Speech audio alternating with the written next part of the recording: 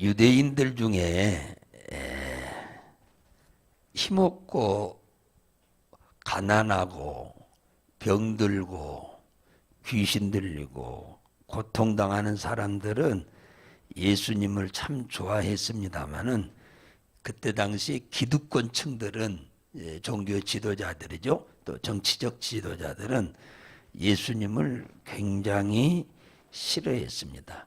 예수님이 십자가에 죽고 부활해서 이 세상을 떠나고 나자 또 이제 예수님이 잠잠해진 것 같은데 곧바로 제자들을 통해서 3장 1절에서 10절에 보면은 베드로와 요한이 미문을 통해서 기도하러 정시 기도하러 가다가 안진뱅이 거지가 구걸하는 걸 보고 나는 은과 금은 없거니와 남들이 가지고 있지 않는 것을 내가 갖고 있는데 나사렛 예수의 이름을 믿어라.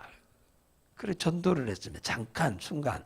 근데 그가 믿음으로 인해서 일어나라 하니 일어나서 걷게 된 그래갖고 소흥전에 와가지고 찬양도 하고 기도도 하고 하나님께 예배드릴 영광을 돌리는 거 보고 사람들이 깜짝 놀랐습니다. 이 소식이 그 사람들 속에 금방 퍼지게 되었네요. 오늘 14절에 보면은 이 소식이 금방 퍼져서 여기 믿고 주께로 나오는 자가 더 많으니 남녀의 큰 무리더라. 예, 소망 없이 살고 있는 사람들입니다. 그때 당시에 병이 들었던 귀신에 들렸던 이거 다 쉽게 말하면 치료가 불가능한 사람들인데 이들이 예수님의 제자들을 통해서 예수님에게 나타났던 일과 똑같은 이런 일들이 일어난다는 것을 알게 되자 많은 사람이 모여들었다고 그러잖아요. 큰 무리가 모여들었더라. 그래서요. 그 15절에 보니까 심지어 병든 사람을 메고 거리로 나가 침대와 요를 위에 뉘우고 베드로가 지나갈 때에 그림자라도 덮일까 바라고 많은 사람들이 모여왔다. 어디 사람들이냐 하니까 16절에 예루살렘, 지금 베드로가 있는 곳은 지금 예루살렘 성전이 있는 곳이니까 시내지요. 인근의 근읍에 허다한 사람들도 모여 병든 사람들과 더러운 귀신들이 괴롭힘을 받는 사람들을 데리고 왔더 나았더라 그잖아요. 그러니까 베드로와 요한이 이 안진뱅이를 일으킨 사건이 삽시간에 그 좁은 예루살렘 시내에 소문이 쫙 퍼져버리니까 예루살렘 시내에 살고 있던 이 병든 자, 귀신 들린 자들이 모여와서 길거리에 쫙 앉아있기도 하고 누워있기도 하며 그림자라도 뭡니까? 덮이기를 바랬다 그러잖아요. 이 사람이 하도 많으니까 베드로가 일일이 이들을 위해서 손을 얹어 기도해 줄 수 있는 상황이 못 된 것입니다. 그러니까 길거리에 앉았으면 베드로가 이렇게 지나갈 때 그림자만이라도 내 몸에 닿기만 하면 나올 줄로 믿는 사람들이 이렇게 모여들었다. 대단한 믿음이죠.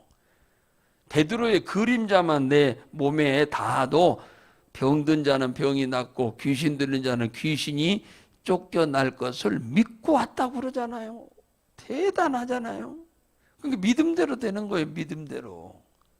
본인의 믿음대로 되는 거예요. 베드로 믿음으로 되는 게 아니고 당사자들의 믿음이에요. 그런데 그때 당시에 참 제가 이제 이 성경을 읽으면서 안타까운 게 그러면 오늘 이 자리에 나왔던 지금 베드로가 지금 안진뱅이를 일으킨 사건을 소문을 듣고 예루살렘 시내에 있던 사람들이 1차 왔고 그 다음에 금방 그 시내에 살고 있던 사람들이 금방 그 인근에 있는 친척들 관계되는 사람들 중에 병든 자, 귀신 들린 자들에게 소문을 금방 갖다 낸 거잖아요. 지금 같으면 전화로 하겠지만 그때는 인편으로 가야만 되잖아요.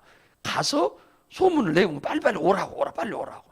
그래서 인근에 있는 도시에서 사람들이 많이 와가지고 남을 입었다잖아요. 그림자만 지나가도 나았다 그 말이에요. 그러니까 베드로의 믿음으로 나은 게 아니라 베드로의 믿음이야 당연히 있지요. 그러지만 그 본인들의 믿음이 없이는 주님은 절대 일하지 않아요. 그래서 그 자리에 나온 이들만 그러면 환자였나요? 내가 봐서는 오지 않은 사람들이 온 사람보다 10배, 20배는 더 많다 그 말이에요. 환자들이. 예? 예, 환자 더 많아. 그러니까 그들이 가가지고 다 낯선 걸 나중에 그 사람들이 오지 않은 사람들은 봤을 거 아닙니까? 들었을 거 아니에요. 그 얼마나 후회를 많이 했을까? 믿음이 있으면은 왔을 겁니다. 믿음이 없으면 못 와. 아무리 제자들이 별의별 일을 행한다 하더라도 믿음이 있는 사람은 왔어요. 보통 믿음입니까? 안수를 해서 낫게 준다고 해도 잘 믿기가 어려울 판국인데 그림자만 지나가도 나을 것으로 믿었다잖아요. 이 사람의 믿음은 각각이요. 어떤 사람은 안수해 줘서 낫게 해주세요. 예수님한테 그랬어요. 예수님한테 직접. 그럼 예수님이 가서 안수해서 낫게 해주고. 어떤 사람은 말로만 해서 낫게 해주세요. 그랬어요. 말로만. 우리 집까지 오지 말고 이 자리에서 네 딸아 낳으라. 네 아들아 낳아라. 네 신하야 낳아라. 네 부하가 낳아라. 네 종이 낳아라. 내 딸이 낳아라. 말만 해도 나올 줄로 믿은 사람은 예수님이 갈 필요 없어서 그 자리에서 낳아라 하면은 낳았어요. 네 믿음대로 네 종이 구원을 받으리라. 그러면 가보면 다 나았어요. 중요한 것은 믿음이에요. 믿음. 하나님과 우리와의 거래는 지식도 아니고 권세도 아니고 돈도 아니고 우리들의 뭐 가문도 아닙니다. 단지 하나 딱 간단해 하나 믿음이에요. 믿음. 얼마나 예수 그리스도를 하나님으로 구원자로 메시아로 믿느냐. 네. 그 믿음대로 된다니까요. 믿음대로. 예수님이 믿음대로 될지어다 그랬어요. 그런데 여기도 보세요. 제자들 앞에서도 역시 각자의 믿음대로 되잖아요. 각자의 믿음대로 되는 거예요. 그러니까 믿음으로 내가 기도하면은 응답이 올 것이라고 믿고 기도하면 응답이 오는 거고, 뭐 기도한다고 되냐? 그러면 그 사람은 기도 안 해. 그러니까 그 사람은 안 되는 거예요. 어떻든 그것도 불신앙대로 되는 거, 안 되는 거고 믿음대로 되는 겁니다. 말이 그렇지 이 많은 사람들은요 당시에 의사들한테 가서 진단을 받았을 때 의사들은 치료가 불가능하다고 딱 선고가 딱 내려진 사람들입니다. 이들은 한 사람도 의사가 치료할 수 있다고 한 사람이 아니요 전부 불가능하다고 한 사람이야. 불가능한 사람이 이렇게도 많다 그 말이에요. 오늘날에 그러면 이렇게 전 세계에서 우리나라처럼 병원이 이렇게 큰 병원들이 많이 있는 나라가 드물어요. 미국보다도 우리나라가 더 많아요. 더 좋아요. 그런데 그러면 병원만 가면 다 낫습니까? 아니잖아요. 날마다 죽어가잖아요. 그렇잖아요. 저 이제 이 예배 바로 끝나고 또 명지병원에 가서 지금 3일차 지금 가고 있는데 오늘 이제 발인 예배 들으러 가야 돼. 야, 우리 교인은 아닌데 전도할 사람 있어서 지금 갔는데 예수를 그렇게 믿으라고 해도 예수를 안 믿더만 며칠 전까지만 해도 쌩쌩하신 양반이 그냥 제가 그제 갔더니 그렁그렁 하시더라고. 의식도 없어. 근데 이제 듣기는 들어요. 그러니까 가서 요즘 병원에 그냥 환자들 병실에 들어가지도 못하게 얼마나 간호원들이 독사 같던지. 이건 보통 독사가 아니더만. 그래서 내가 혼을 내버렸어. 네가 간호원이냐? 네가 간호원이냐? 너 같은 애는 여기 있어서는 안 되겠다. 운명하려고 하는 분이신데 자식들이 오는데 자식들도 못 들어가게. 하나 외에는. 목사가 왔는데 못 들어가게. 혼을 좀 내버렸더니 죄송하다. 그래서 이제 들어갔어. 이제. 그래가지고 이제 영접을 귀에다 대고 또박또박 숨이 끊어지기 전까지는 다 들어요. 다 듣습니다. 숨이 끊어지기 전까지는. 이 청각은 다 들어요. 다른 것은 기능이 잘 안 돼도 이 청각은 다 들립니다. 그러니까 또박또박 예수를 영접시키고 나 같은 죄인 살리신 찬송도 불러드리고 이제 당신이 죽음 앞에 와 있는 거 다 아니까 이제 그 순간에 영접 안 할 수가 없죠. 그 순간만 맞이한 것도 다 천만 축복이지. 좋으신 하나님도 또박또박 불러드리고 예수는 그리스도 나의 하나님 나의 아버지 이 시인시키고 그러고 왔는데 어제 그제 그랬구나 그랬는데 그제 돌아가셨어. 그래서 또 그제 갔다 또 어제 갔다 오늘 이제 발인 예배 드리는데 7시 반에 발인 예배 드립니다. 이게요 이 병원에 간다고 해서 사람이 다 낫나요? 아니요. 하나님이 부르실 때가 있어. 이 땅에서 각 사람을 보내서 몇 년 살으라고 하는 수명이 있어요. 그때가 되면 여지없이 그냥 데려가요, 하나님이. 그분은 95인데 그냥 병원에서 한 이틀 정도 병원에서 조금 계시다가 돌아가셨으니까 그것도 복이기는 하죠. 예수를 평상시에 안 믿어서 안타까운데 시집간 딸들은 예수를 둘이나 잘 믿는다는데 이 아들하고 엄마하고 남편은 안 믿는데 그래서 이제 예수를 믿겠다고 해서 제가 가서 지금 장례를 예배를 좀 드린 거예요. 영접했으니까 제가 가서 이제 영접을 시켰으니까 그래서 이제 제가 예배를 드려주고 있는데 이때 당시에 수없이 많은 사람들이 불치병이요. 이거 병원에서 이미 의사가 안 된다고 이 선고를 내려버린 사람들 아닙니까? 이들이 예수님 앞에 이렇게 구름처럼 왔는데 제자들한테 왔는데 이들 그림자라도 닿으면 낫겠다. 얼마나 간절하면 이렇겠습니까? 절망해서 죽을 날만 기다리고 있는 사람들 그에게 제자들이 가면 낫게 해준다고 하는 말을 듣고 이들은 아주 소망이 생겨서 모여들기 시작한 겁니다. 그랬는데 왔는데 그림자라도 닿으면 낫겠다고 했는데 다 나았다고 하잖아요. 다 와서 다 나았다고 하잖아요. 몇 사람만이 아니라 다 나았다고 하잖아요. 다 나왔어. 이들은요 죽음을 눈앞에 두고 있는 사람들은 믿음이 생겨요. 심령이 가난해지기 때문에 그럽니다. 그래서 심령이 가난한 자는 복이 있다고 하잖아요. 고난이 없는 사람들은 가난해지질 않습니다. 사모함이 없어요. 안타까운 일인데 나만 장군이 됐는데 갑자기 문둥병이 걸려가지고 의사를 통해서 안 된다라고 치료가 불가능해. 그때 당시에 문둥이는 다 100% 어디든지 그랬는데 자기 집에 빨래하러 온 이 계집아이 이스라엘의 아이가 엘리사 우리나라에 가면 엘리사를 만나면 치료할 수 있다고 하니까 적국임에도 불구하고 거기에 소망이 있으니까 적국에 찾아가서 엘리사의 집까지 찾아가서 그가 하라는 대로 요단강에 가서 목욕을 7번 했더니 깨끗이 나았잖아요. 이렇게 갈급하면 어떠한 상황도 돌파를 합니다. 갈급하면 그래요. 갈급하면.